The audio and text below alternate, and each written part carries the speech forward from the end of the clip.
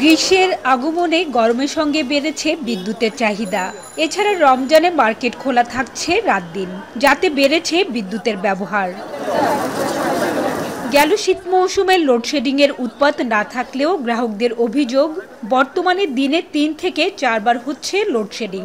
আবার কখনো রক্ষণাবেক্ষণ কাজের জন্য বিদ্যুৎ থাকছে না ৪ থেকে ৫ ঘন্টা, যাতে ক্ষতির মুখে পড়েছেন ব্যবসায়ীরা।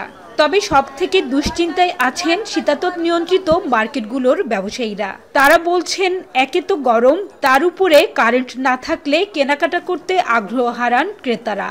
রমজান মাসে তো আমরা কন্টিনিউ সকাল 10টা থেকে রাত 3টা 4টা পর্যন্ত আমাদের কাস্টমার অলওয়েজ থাকে। এখন আমাদের তো ওই সময় বিদ্যুৎ দরকার। শীতকালে ছিল না, এখন কিন্তু দিনে ৩-৪ বার করে যাচ্ছে। এখন যদি রমজানে যদি এইভাবে যায় তাহলে তো আমাদের অবস্থা খারাপ হয়ে যাবে। আর আমাদের এটা যেহেতু এসি মার্কেট, যদি এরকম প্রবলেম দেয় লোডশেডিং, আমাদের অনেক ক্ষতি হয়, কাস্টমাররা দাঁড়াতেই চায় না মার্কেটে। এদিকে বর্তমানে লোডশেডিং সহনীয় পর্যায়ে থাকলেও সামনের দিনগুলো নিয়ে শঙ্কিত কারখানার মালিকরা।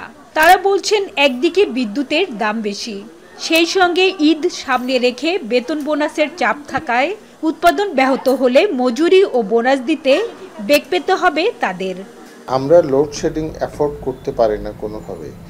লোডশেডিং থাকলে আমাদের বাড়তি জ্বালানি খরচ, এটা আমরা গার্মেন্টসের জন্য খরচ অনেক বাড়িয়ে দেয়।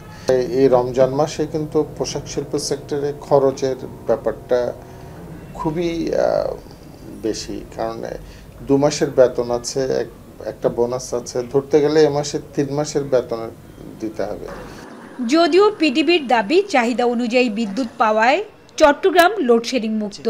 তবে রক্ষণাবেক্ষণ কাজের নির্দিষ্ট কিছু এলাকায় কয়েক ঘন্টা বিদ্যুৎ সরবরাহ বন্ধ থাকলে তা আগে থেকে জানিয়ে দেওয়া হয়। এছাড়া চাহিদা বাড়লেও উৎপাদন ঠিক থাকলে সংকট তৈরি হবে না বলছেন কর্মকর্তারা। যদিও গ্রাহকের কষ্ট কমাতে বিদ্যুৎ ব্যবহারে সাশ্রয়ী হতে এসির তাপমাত্রা 25 ডিগ্রির নিচে রাখতে মসজিদে প্রচারণা চালানো হচ্ছে।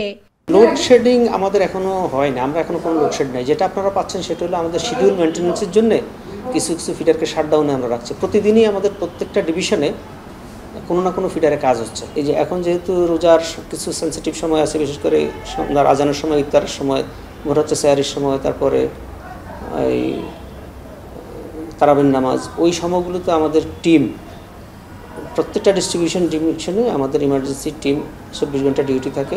বর্তমানে চট্টগ্রাম, কক্সবাজার সহ 3 পার্বত্য জেলায় বিদ্যুতের দৈনিক চাহিদা 1350 মেগাওয়াটের বেশি।